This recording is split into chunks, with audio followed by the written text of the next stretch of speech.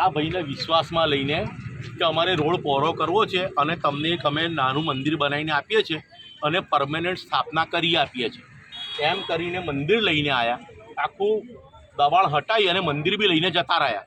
એટલે છેતરપિંડી તો ચીમનલાલ પાર્કના રહીશો સાથે કરી છે।